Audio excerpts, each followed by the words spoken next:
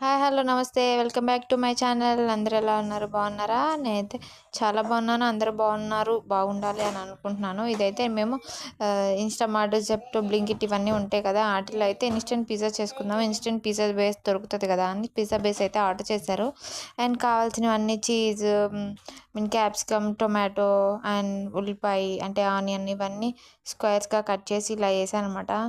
అన్నీ అప్పటికప్పుడు ఇన్‌స్టామార్ట్‌లో ఆర్డర్ చేసి ఇన్‌స్టామార్ట్, జెప్టో సంథింగ్ ఏదో నాకు గుర్తులేదు. చాలా డేస్ అయిపోయింది. ఇలా అన్నీ ఆర్డర్ చేసి ఇన్‌స్టంట్‌గా పిజ్జా తినాలనిపించి ఇలా చేశాననమాట. ఇది ఐడియా అంతా మా వారిది. మా వారికి తినాలనిపించి చేశారు.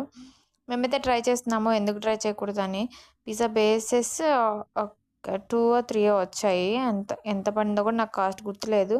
ఇలా సంబంధించిన అన్ని ఐటెమ్స్ అన్నీ తీసుకున్నాము. Pizza base, pizza sauce and capsicum, onion అందులో ఎందుకంటే నాకు కార్న్ అంటే స్వీట్ కార్న్ అంటే ఇష్టం. నాకు స్వీట్ కార్న్ అంటే ఇష్టము. అందుకే స్వీట్ కార్న్ మాత్రం అస్సలు మిస్ అవ్వకూడదు. చీజ్ ఏస్తే కూడా బావుంటది కదా! అందుకని వేసాము. ఇలా నార్మల్‌గా పాన్ పెట్టి హీట్ చేసి పాన్‌లో అంతా పెట్టేసాననమాట. సిమ్‌లో పెట్టాను. ఎక్కువ ఫస్ట్ టైం హైలో పెట్టినప్పుడు కొంచెం గట్టిగా అనిపించింది బేస్.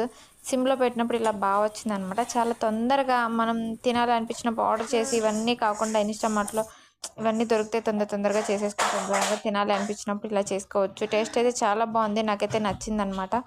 Thanks for watching.